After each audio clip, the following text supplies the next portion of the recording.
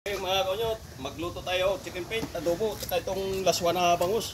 Mapansin nyo mga kaunyot, bahana dito sa amin. Oh, doon na yung harapan namin mga kaunyot, tubig. Yan. And mga kaunyot, yung unique natin na dapugan. Apaw na rin ng tubig mga kaunyot.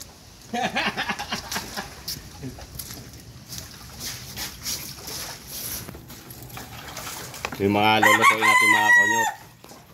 Dito tayo magluto mga kaunyot.